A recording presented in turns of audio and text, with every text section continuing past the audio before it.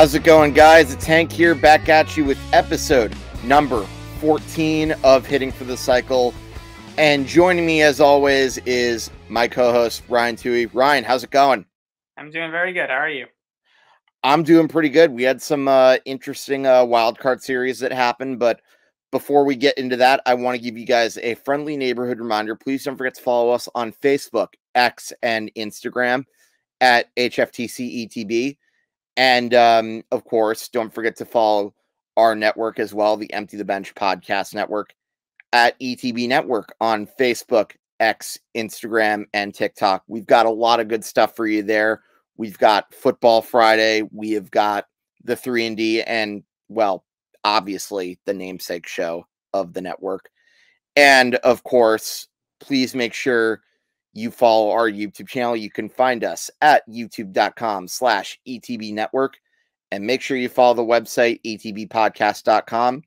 Yours truly has been pumping out some blogs a bit lately, but follow some more good blogs on that website and more information as well. And Ryan, let's get right into the meat and potatoes of this. So before we get into our playoff talk, we unfortunately have some very sad news to report. And Tim Wakefield ended up passing away of the brain tumor after it, a few days after it was reported by Curt Schilling on Twitter. And, you know, I do want to, before I get into the Curt Schilling stuff, I do want to say that my thoughts and prayers go out to the family of Tim Wakefield. This was a man who not only meant a lot to the Boston Red Sox, but he meant a lot to the community of Major League Baseball. He was, in addition to being such a warrior on the mound, he was one of the most charitable men that there was in the game. He has a Roberto Clemente Award to prove that. And in addition to that, not one teammate or opponent could really truly say a bad word about the man, which really makes this death so difficult to comprehend. Not to mention Curt Schilling going public with information that really should have been kept private did not help matters either. And if anything, all it did was just give people more reason to despise a man who already has a lot of what I will politely call baggage, shall we say. Yeah, it's terrible all the way around. I want to give my condolences to the Wakefield family as well. I'm sorry for your loss, and like you said, Tim Wakefield was a class act all the way. Like, one of the nicest ball players, it seems. I never met him personally, obviously, but he seems like a really nice guy. And like you said, I don't think I've heard anybody say a bad thing about him at all. And he, like you said, he was also a very charitable man. He did a lot for the community. He just seems like a really nice, down to earth guy. And it's just so it's unbelievable that he's gone. I remember a couple of months ago he was on an episode of High Heat with Mad Dog Russo, and he looked great. And then just a couple of months later, this happens. So it goes to show that life is precious. Don't take it for granted. And yeah, it's just very sad. And as for Curt Schilling, not cool at all. If the family requests privacy, you gotta obey that privacy. That is a very sensitive matter. And the fact that he did it without the permission of the Wakefield family is disgraceful. And that's all I got to say about Curt Schilling. Yeah, and before we get into the next thing, I do want to just say my two biggest memories of Tim Wakefield from a pitching perspective. Obviously, in addition to what he meant to the Red Sox, he was the longest tenured pitcher they ever had, and only Roger Clemens and Cy Young had more wins than he did in a Red Sox uniform, and only, I believe, only Roger, I think he had the most wins at Fenway Park, too. Very, very much a warrior out on the mound, and, you know, I know we all remember him giving up the home run to Aaron Boone in 2003, but what I really remember about Tim Wakefield was if that home run didn't happen, if the Yankees had lost that series, I think he probably would have at the very least been a co-MVP. He won a game or two of that series. Yeah, he was a big part of that Red Sox 03 team, and he was going to be an MVP of that series. The Yankees couldn't touch him really that entire series until Boone. And then in addition, I think the turning point in the 2004 series, it wasn't necessarily Well, I would He pointed to a lot definitely. of things in that series. Well, one of the big turning points, I think, was Tim Wakefield pitching all those innings in relief in Game 3 when the Red Sox were being blown out. It seemed strange at the time, but it turned out to really help because Terry Francona knew that if the Red Sox were going to be able to make a comeback, then he was going to have to use a lot of his bullpen, and he didn't want to burn out their arms. And Tim Wakefield voluntarily pitched all those innings in relief, despite the fact that he was supposed to start the next day. And I think that actually saved the Red Sox that year. He did, and he also pitched a couple of critical innings, I believe, in Game 5 as well, that enabled the Red Sox to win that game and, of course, get to the halfway point of the comeback. Yeah, definitely. So let's talk about some of the managerial casualties that happened after the baseball season. So one of the more recent ones was Phil Nevin. I don't know if I did a short video on that, but I don't really want to get too much into that. I think you could argue that he was a scapegoat, but at the end of the day, as long as that team is still owned by Artie Moreno and Perry Manassian was able to keep his job, I don't really think that managerial change matters all that much. That was not surprising to me at all that Nevin got let go. The Angels are a disaster, and to me, it was a lose-lose situation for Nevin. Regardless, I mean, I knew the Angels were gonna do something to try and get fans' hopes up during the offseason, and that's all they were trying to do. So it was like, hey, here's your change right here. We're gonna get rid of him, and we're gonna hire somebody new for the future. But Nevin was not necessarily when he got hired to last year. I think it was last year or 2 years ago when after Joe Madden got the mohawk to try and motivate his team, and then Nevin came on board. I mean, I've never really thought too highly of Nevin as a manager, to be honest with you. So like, it wasn't surprising to me at all. And the Angels are just looking for anything and everything to try and start going in a better direction than they've been in the past 8 years. Yeah, and yeah, I would agree. The Buck Showalter ended up announcing at a press conference that he would not be back next season as the Mets manager. Now, I don't know that I'd necessarily call Buck Showalter a scapegoat. I think with the hiring of David Stearns, the Mets just wanted to go in a different direction, which is not unusual when you have a new president taking over for a team. Yeah, I agree. And look, Showalter to me is a good manager. He definitely has managed some good teams over the years, and he's managed for a long time. His first year managing the big leagues was 1992, so he is one of the very few veteran managers who is still managing in the game in 2023. Obviously, the Mets did not live up to their expectations this year. They had a down year. A lot of players underperformed, and some of that is going to fall on the manager. I don't know what's gone on behind closed doors in the Mets locker room. I don't know what was going on with some players mentally or physically. I don't know if some players were hiding injuries or whatever. But yeah. But in terms to your point that new guys coming in, they do want to shake up the roster, and it's not too surprising that Showalter isn't coming back for 2024, especially when David Stearns has come on board. So I think Stearns and the Mets are going to look to go a little younger for the managerial position. And as for Buck Showalter's legacy, I don't know if he will manage again. He's getting up there in age. He's in his late 60s at this point. And but he's been a good manager. It's just a shame that he wasn't able to make the right move at the right time or at the most critical time, whether that be 1995 or 2016 or what.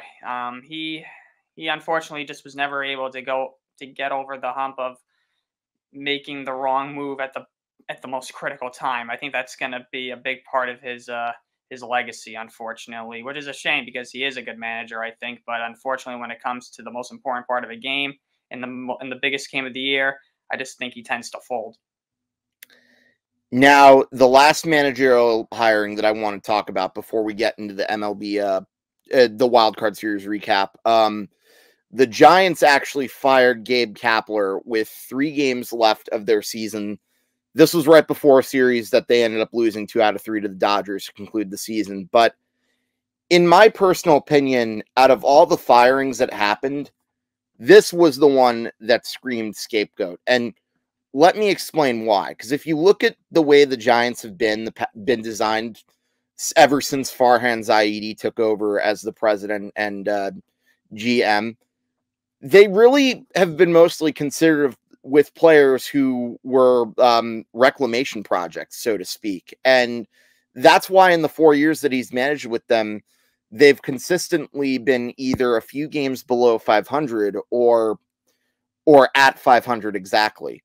The 2021, of course, is the one outlier. That was the year that they won 107 games in the regular season and just barely beat out the Dodgers. But everything had to go right for them there, and they ended up losing that heartbreaking series to the Dodgers. And so, all things considered, I don't really think he did a bad job. I think that was Farhan Zaidi admitting that he made a mistake. And, you know, you look at the way he constructed the team. When after losing out on Aaron Judge, he ended up getting AJ Pollock at the trade deadline, who hit 170. So I'm really not sure what direction the Giants are going in.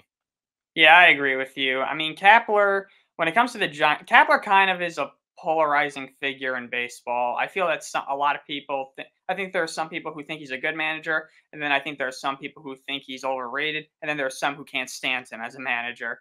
So everybody's got their own interpretation of what they think of Kapler as a manager. For me personally, I mean, 2021 came out of absolutely nowhere for the Giants. I mean, 107 games, that was just absurd. And, you know, you got to give Kapler credit for that, though. He did manage very aggressively that year. I think he used more pinch hitters that season than any manager in baseball history did during the season. So you got to give him his props there.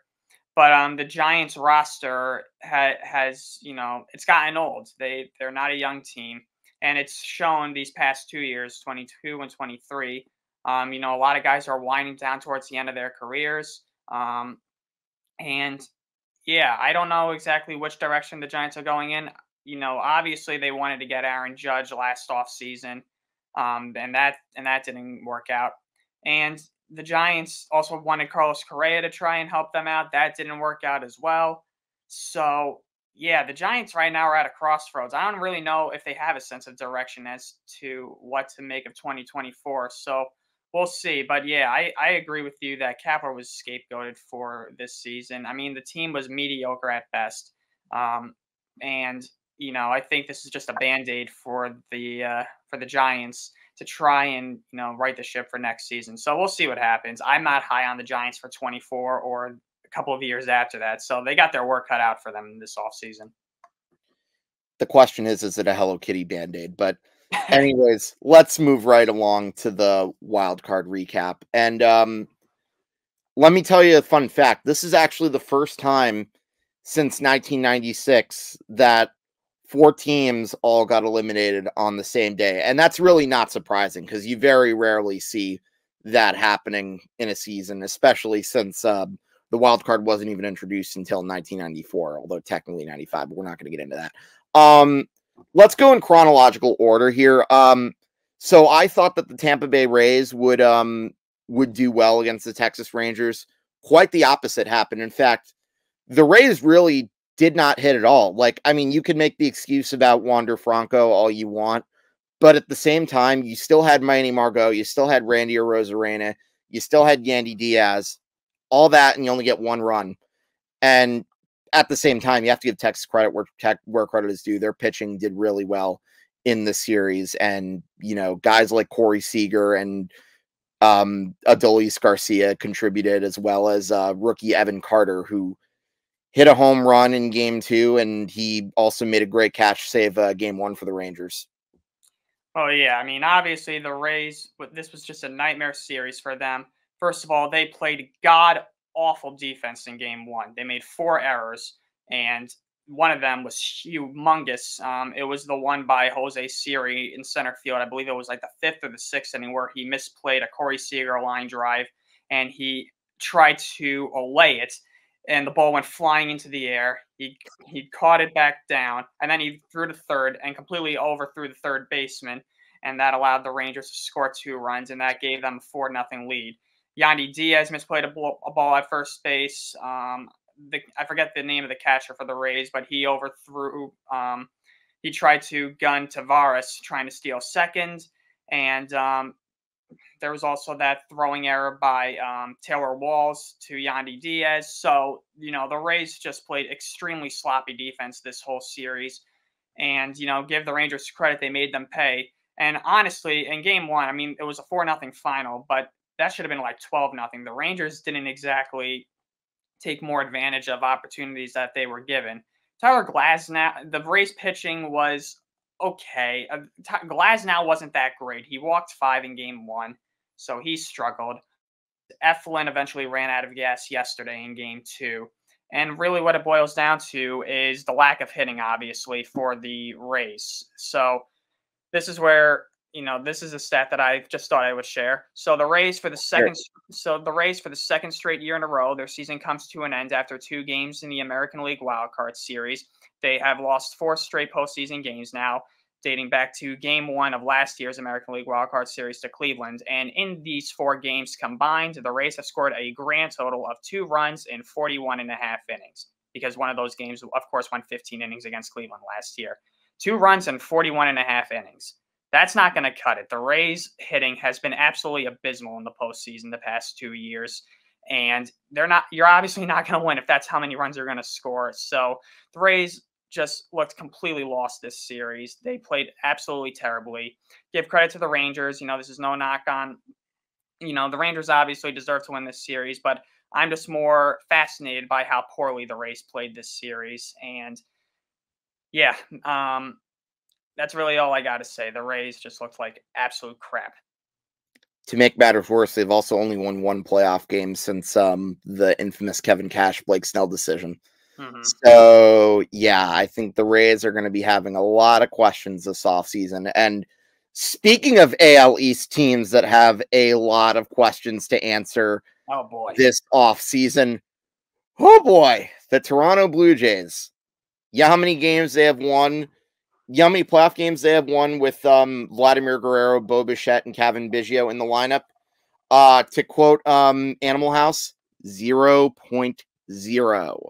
Indeed. And funny, we were talking about the Twins' inability to win a postseason game. Well, guess what?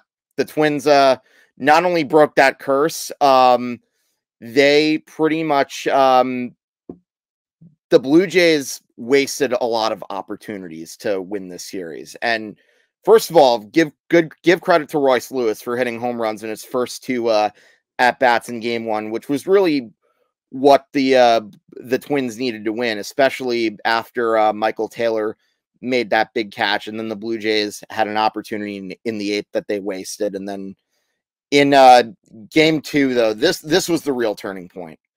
I would say, John Schneider, you have a pitcher that you guys paid a shit ton of money to this offseason. He hasn't given up a run. He's only thrown 47 pitches. And you remove him for Yusei Kikuchi? You can't exactly be surprised when that move backfired. Talk about a dumb decision, as Jaguar Gator 9 would say. And as a result, Carlos Correa got an RBI single, and even though they only got 1 more run after a ground out, what I'm going to remember is Vladdy Jr. getting picked off at second base. That was the moment you knew the Blue Jays were done. That was absolutely inexcusable all the way around. And yeah, I mean, Barrios, you signed him to a 7-year deal worth $131 million. And you're going to pull him with, what was it? Was it 1 out in the 4th inning?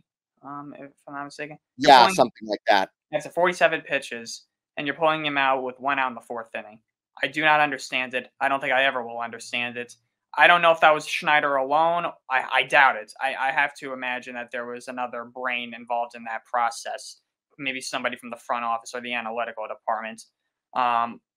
And these kind of moves infuriate me to no end. There is little to no logic whatsoever for pulling out your second best starter, I would say, maybe behind Kevin Gausman, even though Gausman wasn't terrific or not bad yesterday, or on Tuesday rather. But I don't understand the logic here. There is no logic for me. I mean, Barrios is throwing gas. He's mowing them down. He's dominating. All right, he walked Lewis, but Lewis made him work for it, or he made Lewis work for it. Lewis put up a good at bat, and then you're just going to take him out. And you're going to bring in Yusei Kikuchi, who's been inconsistent this season, and it was also like he was also fighting an injury, if I'm not mistaken, too. He got injured a couple of weeks ago at Yankee Stadium. I think he pulled something or whatever. So I don't understand it.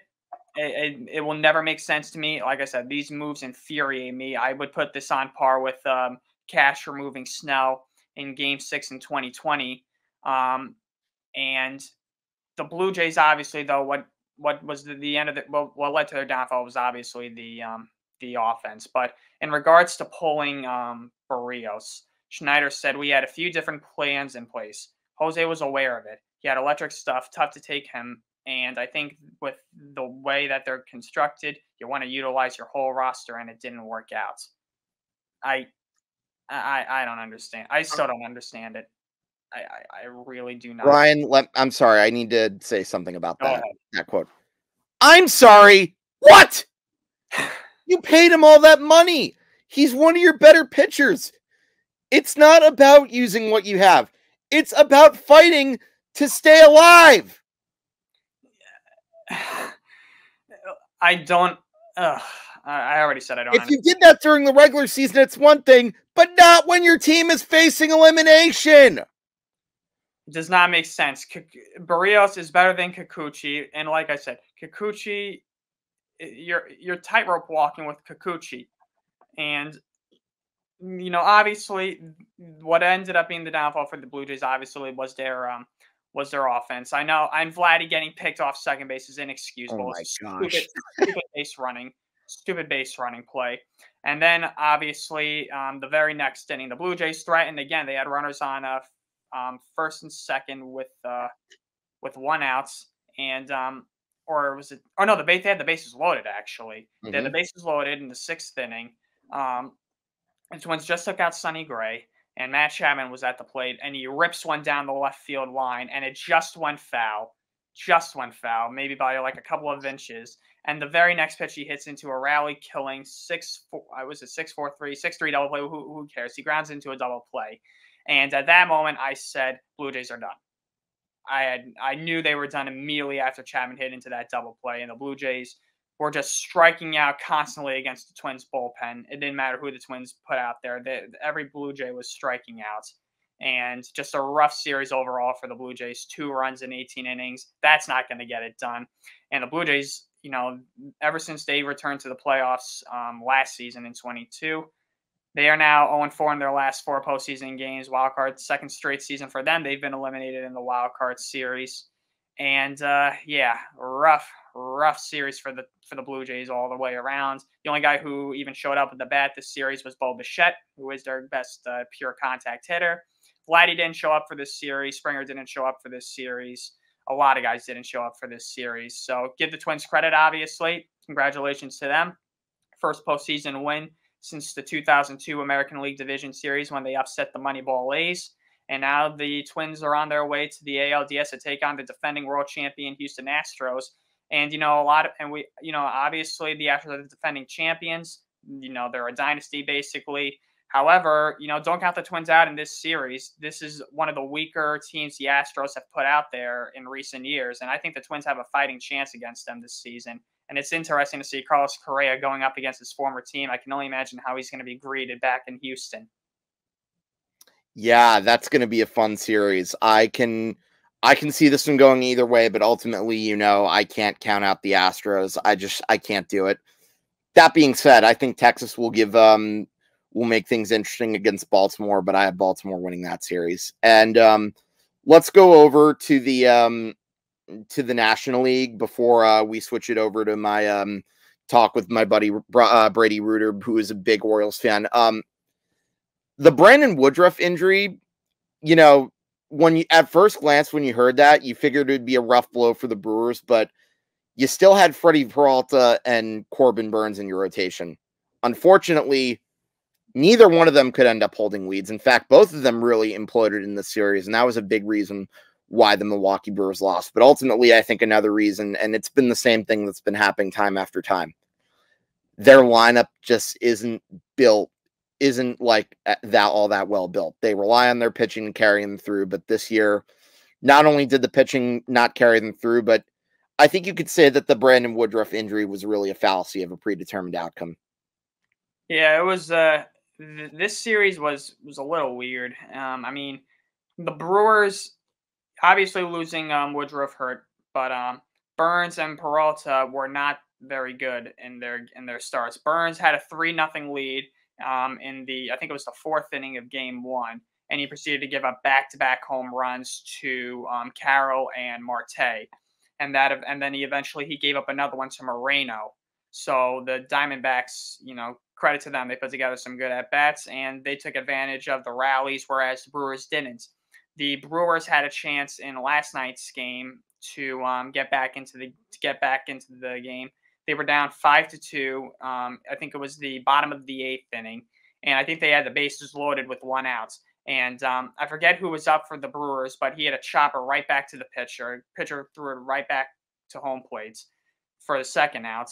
And then the last guy, I think, grounded out. So so this has been a running theme for this wild card series. Teams just failing to take advantage of opportunities. It's almost, I don't think I saw one sacrifice fly in any of the wild card series this season. There were some really bad at bats. There were a lot of double plays hit in these wild card series. Way too many double plays, way too many strikeouts.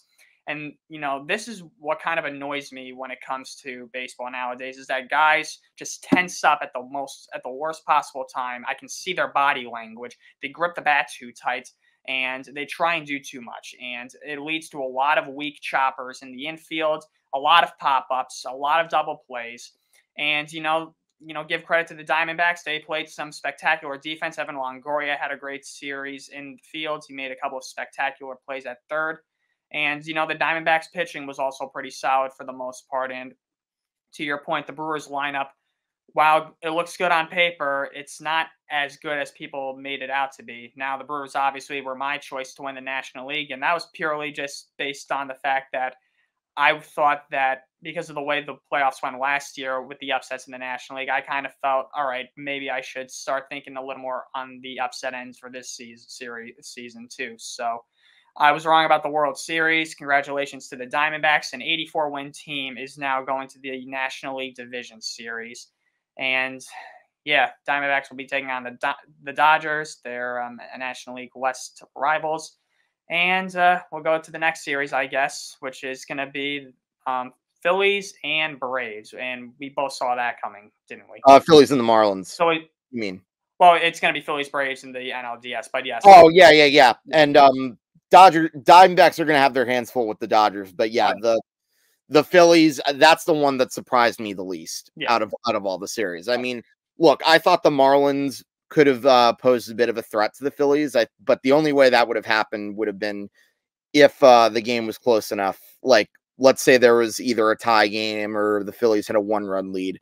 I think then the Marlins would have had a chance, but the Marlins really couldn't hit Zach Wheeler. And by the time they really got that run off Zach Wheeler, all that did was make it a 3-1 game. And then Alvarado got out of that jam. And from there on out, the Phillies bullpen was pretty solid. And you had Nick Castellanos. I think it was Castellanos who hit that double where Bryce Harper absolutely just ran through the stop sign. He didn't care and scored that insurance run. So you could tell the Phillies were a team on a mission. And Craig Kimbrell, he didn't really give too many heart attack inducing moments. So, like, other than giving up that one base runner, he was solid. And in the second game, again, the Marlins, as I said, the only chance the Marlins really would have had in that series for the games to have been close.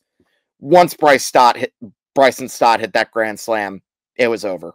And Aaron Nola, again, I think he went like 6 2/3 or like 7 innings. He was very solid in that game. And by the time the Marlins scored, again, day late, dollar short. Well, I mean, I kind of thought that the Marlins were done even earlier after the Grand Slam. I thought they were done after the top of the 5th because they had runners on first and second with 1 out, and Brian De La Cruz was at the plate. They're down 3-0 at this point in the game, and De La Cruz hits into a double play to end the inning. Like I said, double plays in the postseason are unforgivable, and they will kill you. To that point, I thought Marlins are done. They got no shot. And then, of course, Stott hitting the grand slam, which just blew up Philadelphia, basically. I don't think I've seen a team embrace playing a postseason game in front of their home fans more than the Phillies. They live for this. They are all fire and energy. They love this. I wish a lot more teams embrace playing a postseason game in front of their own home fans like these Phillies do. Whether it's because obviously they had a lot of moments last year, and it looked like they carried it into this series as well. So, congrats to the Phillies. It's not surprising. This was the least surprising outcome for me too. I had the Phillies winning this in 2 games either. I didn't really think the Marlins deserved to be there, to be honest with you. I didn't think they played well enough, but it's the way that the baseball playoffs picture is structured nowadays. So, yeah, good for the Phillies. They will meet their division rival, Atlanta Braves, in the NLDS, which we both expected. And like I said in our preview last week, I think this is going to be a tough series for both teams. I see it going the full 5, and I have the Braves in 5.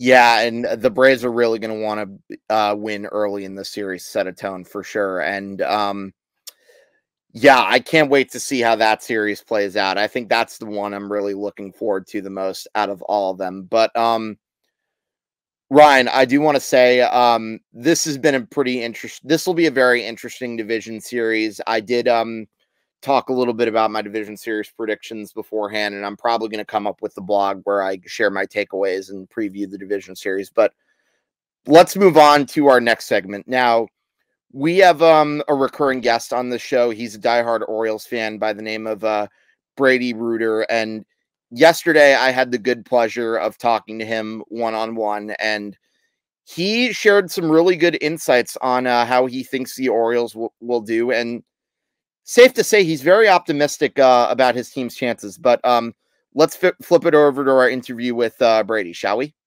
All right. And guys, I am joined by a returning guest on his making his second appearance since the return of Hitting for the Cycle.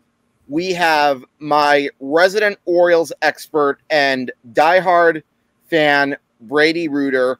Brady, how's it going? Hank, it's time to stop and smell the roses. 2 years ago, I talked to you. We were on our way to losing 110 games. Now, 101 wins and the American League East Division Championship. And it's playoffs, baby. Here we go. And, yeah, it's amazing how quickly things have changed during that time span. I mean, Brady, I have to ask you, take me through your brain as for the month of September, because it looked like you were going to be getting that scare from the Tampa Bay Rays, but then all of a sudden the Orioles somehow are able to keep their composure. They not only win the division, but they finish with the best record in the American League. And in addition to that, this is their first 100-win season since 1980. Yeah.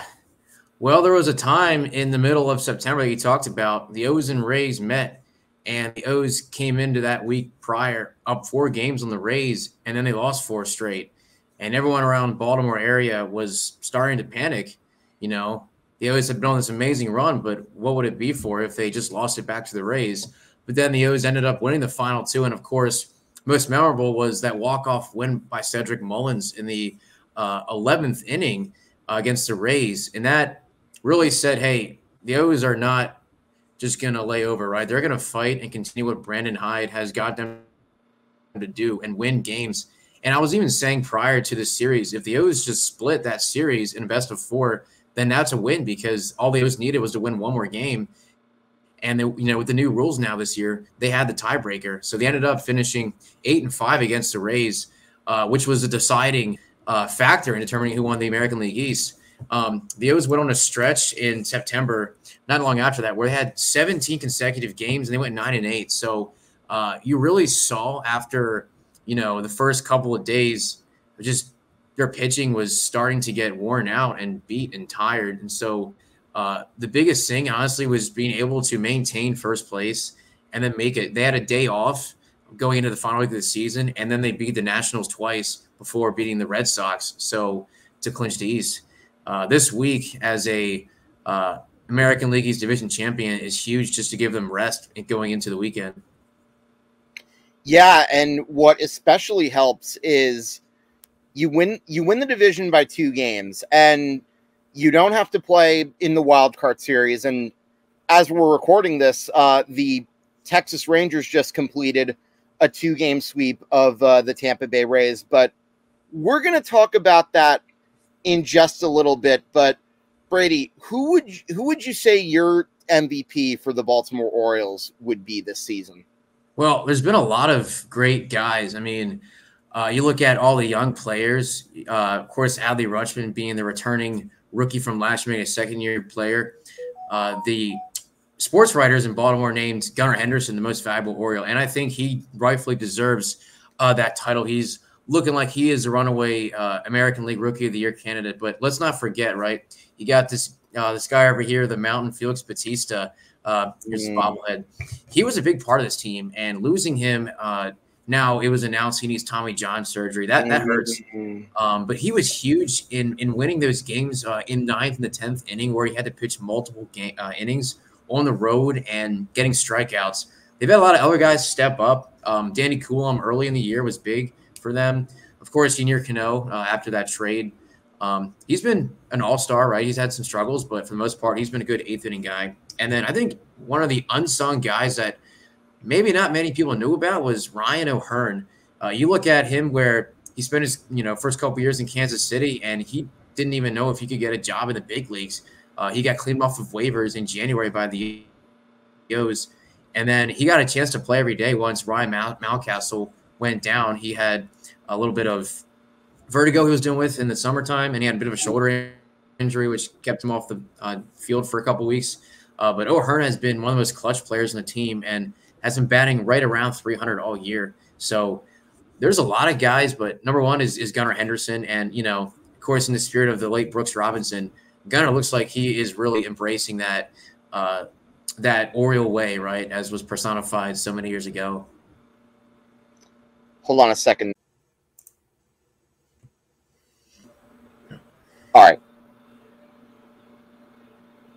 Okay. Sorry about that. So, I think this is a good segue to talk a little bit about a legendary third baseman. Now, I talked about the impact of Brooks Robinson with my co-host Ryan Touhey, who unfortunately, due to his schedule, is not able to join us for the interview today, but hopefully we will have you meet him at a later time. But tell me about his legacy and the impact that he had on the Baltimore Orioles, because in my opinion, this is a tremendous loss to the baseball community. And Brooks Robinson not only was a Hall of Fame player, but a Hall of Fame person as well. I mean, 16 Gold Gloves. Other than Greg Maddux and Jim Cott, you're never going to see, and those are pitchers, you're never going to see that duplicated again by a fielder. Yeah, and 16 consecutive Gold Gloves at that point. Yeah, he was the human vacuum cleaner at third base. Many O's fans and many fans around baseball consider him the best third baseman of all time.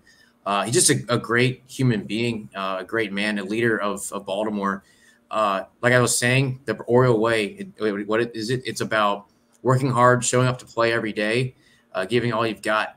And you could probably make the argument that Brooks single-handedly won the Orioles the World Series in 1970 against the Reds, where there was so many plays he made at third base, and then he was very clutch in the postseason.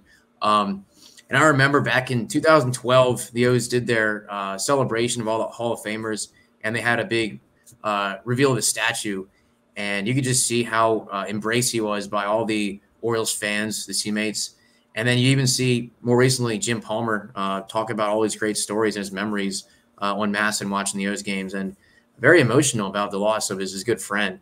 But Brooks really is all about what the city of Baltimore and what the Orioles organization has been. The original Oriole, right, got with the team in 1955 and retired in 77. So he was there for a long time.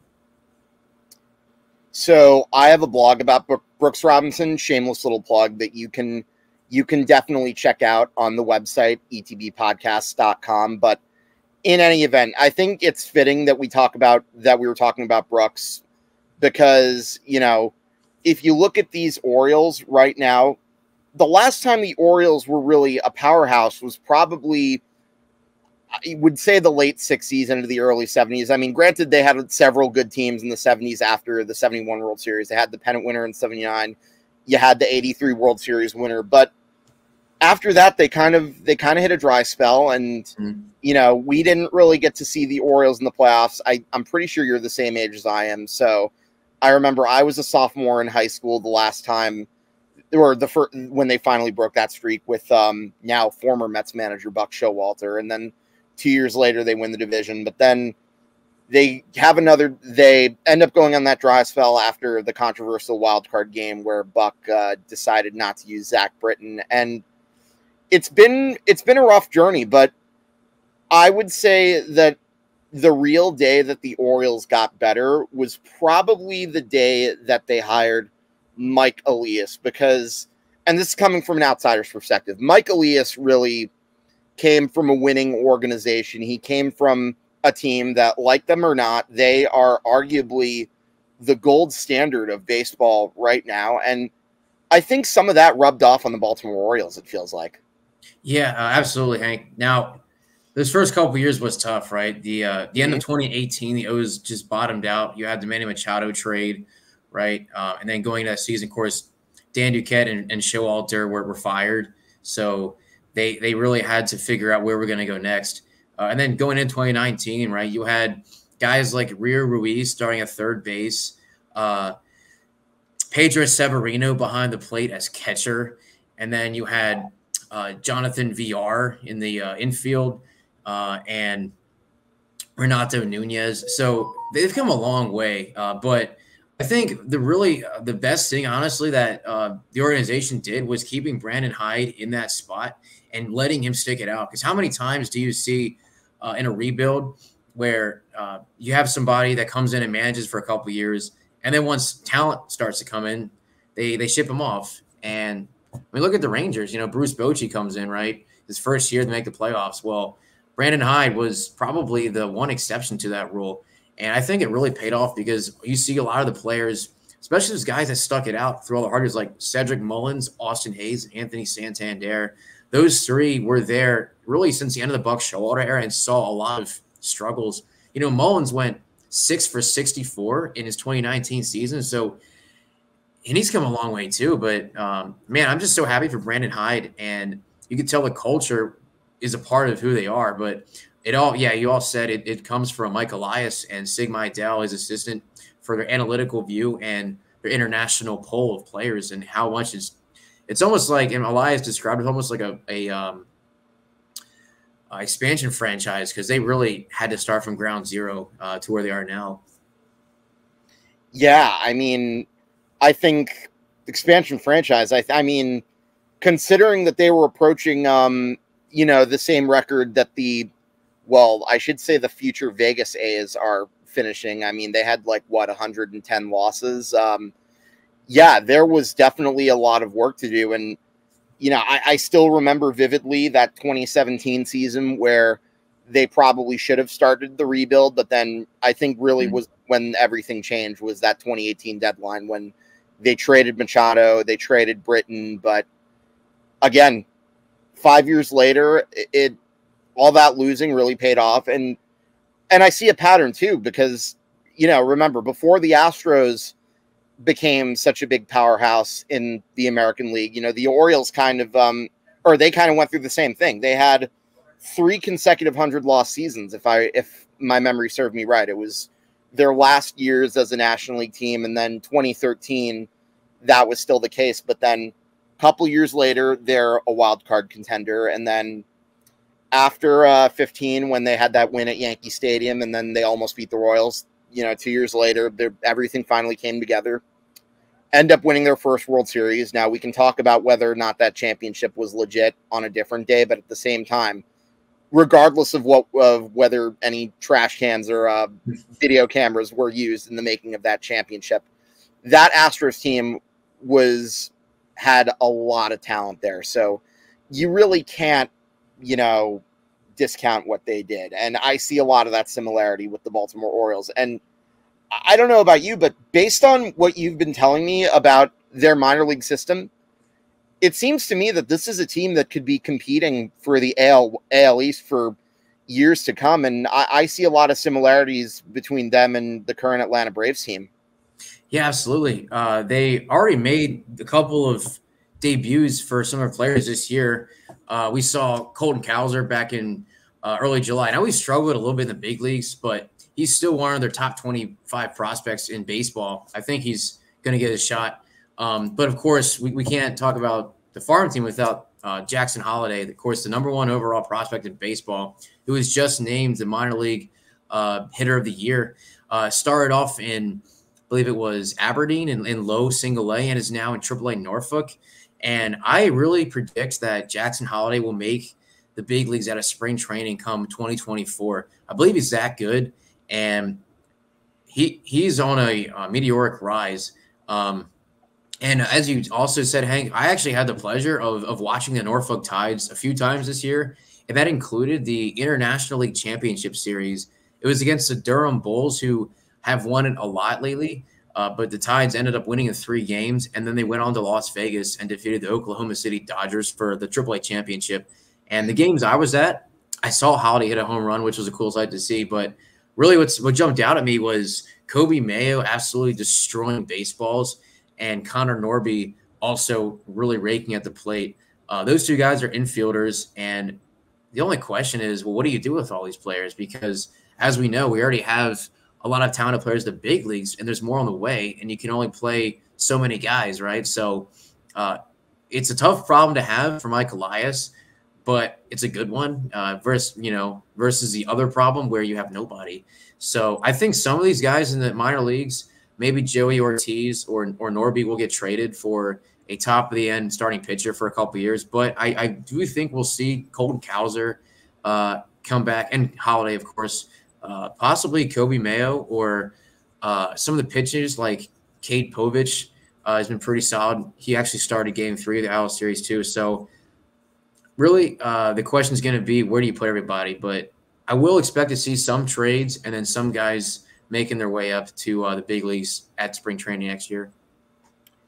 Yeah, it's definitely a good problem to have, because, I mean, here's how I look at it. Prospects are prospects are prospects are prospects. And I've said that when talking about a lot of teams, and I don't want to really get into a whole rant about the Yankees with Brian Cashman and how he's hoarded prospects. But Mike Elias, I think, pretty much seems to me like somebody who knows like what to do with prospects. And at the end of the day, the ones that you probably end up trading are always guys that, if you really trust your scouting department, they can always be replaced at any day of the week. So it'll definitely be interesting to see. But for now, though, let's get back to the current Orioles. So I mentioned that they held off the Rays after the Rays, gave them a little bit of a scare. And, if you read my blog for my prediction of the wild card series, I said that the Tampa Bay Rays would win this in 3. But as we are recording this, we are talking probably less than an hour, I want to say, after the Rays-Rangers series has ended. And the Rays on it simply just did not show up to play. And I think that's a good thing.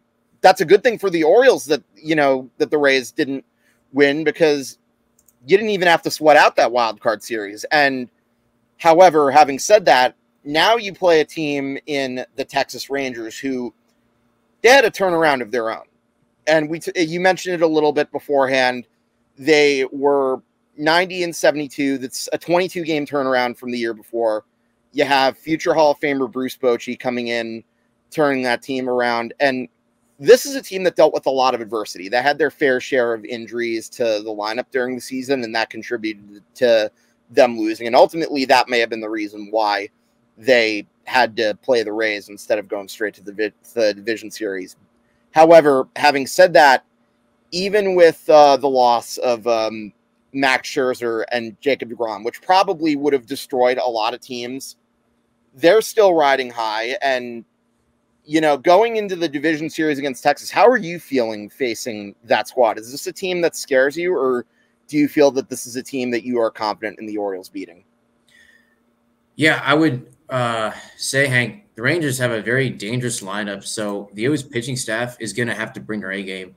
I think they are capable of it, especially at home in that front of that Baltimore faithful. But you look at the Rangers lineup, right? Guys like Josh Young, the rookie third baseman, Kyle Seager, Corey Seager, Jonah Heim, Adolis Garcia, and Marcus Semien.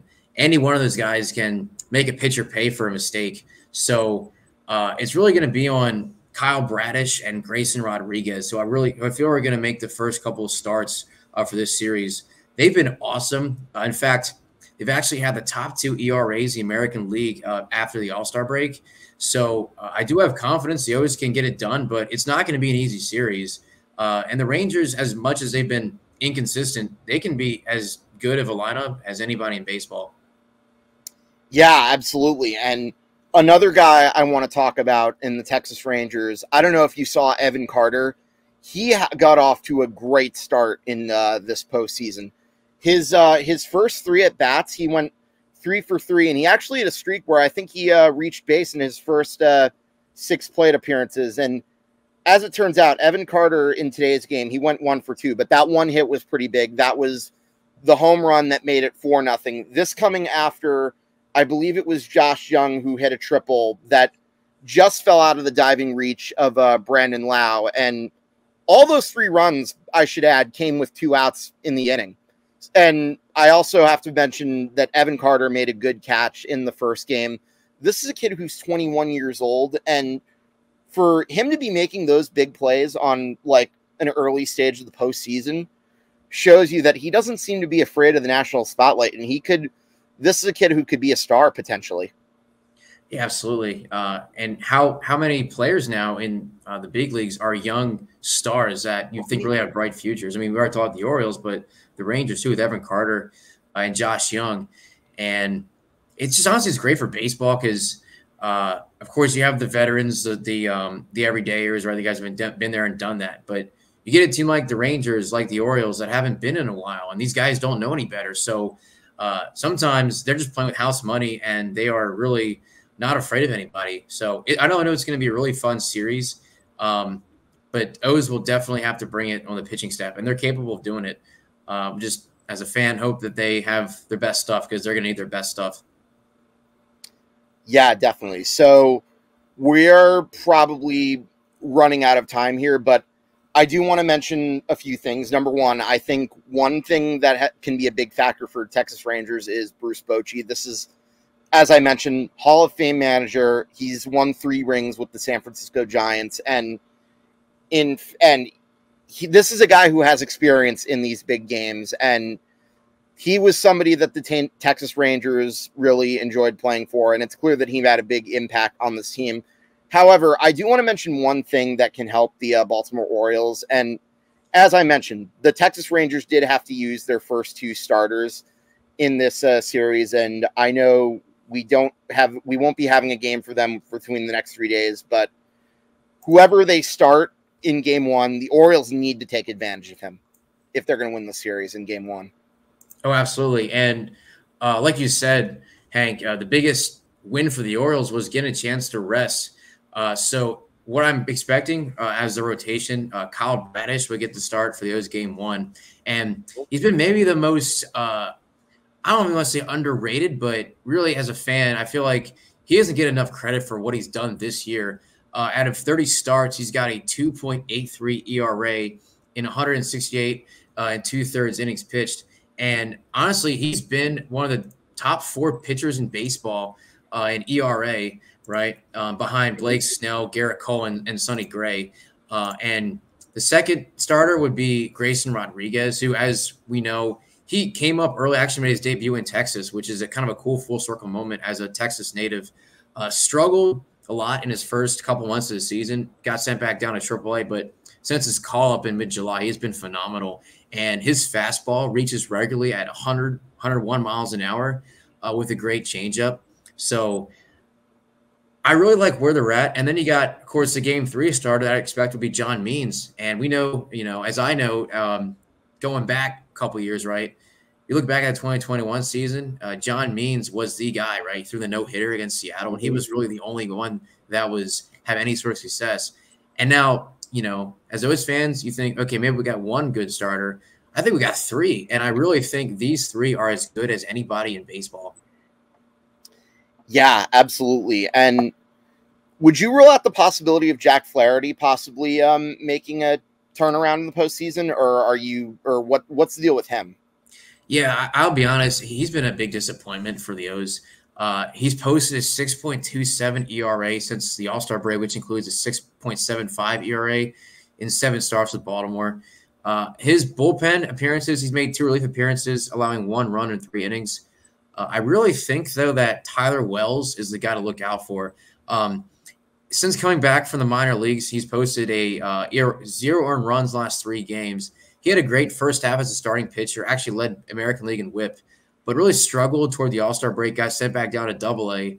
But especially with the recent sad news of Felix Bautista needing Tommy John surgery, I think you might see a combination in the bullpen for the 9th inning between Cino Perez, Ynier Cano, and Tyler Wells, with Wells, I think, being the biggest key of them all for those big high-leverage spots in the 9th inning.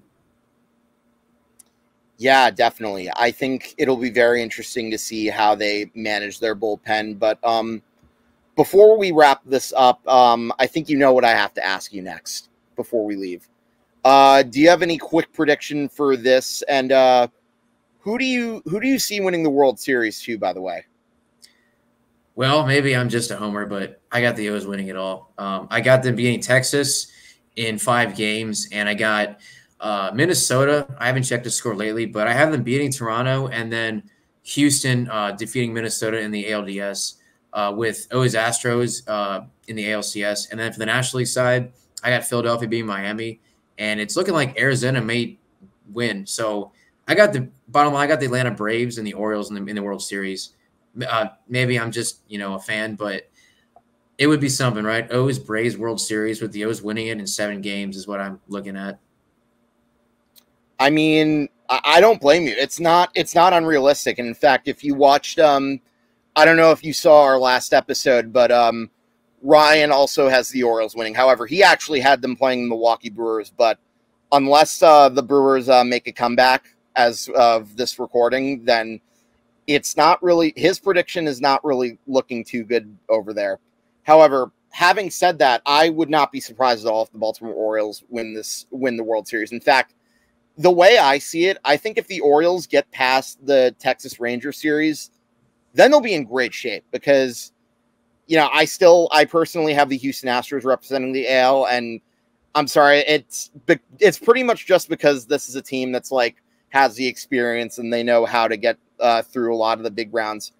But with that being said, the Astros have had a lot of flaws this year. I mean, it took until the last day for them to win the season. So would it surprise me necessarily if they do not make it back to the World Series for a 3rd year in a row?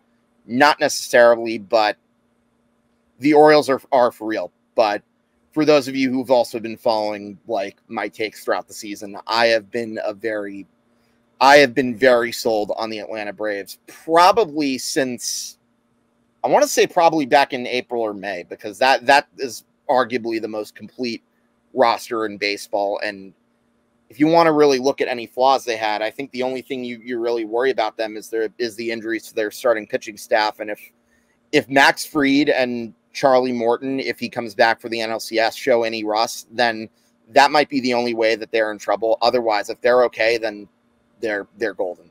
Yeah, no, I think the one team that could do it is the Philadelphia Phillies. They're a hot team right now, right? They just had a big win last night, and they've been here, maybe not much like the Astros, but they ran the table last year as that 6th seed, and they beat Atlanta last year. So I think if the Phillies beat Atlanta, which would be in the divisional series, I think Philly will go to the World Series. So, and that would be cool, honestly, for an Orioles-Phillies, a rematch of 1983. So we may see that as well. So don't be surprised, honestly, if Philly pulls it off.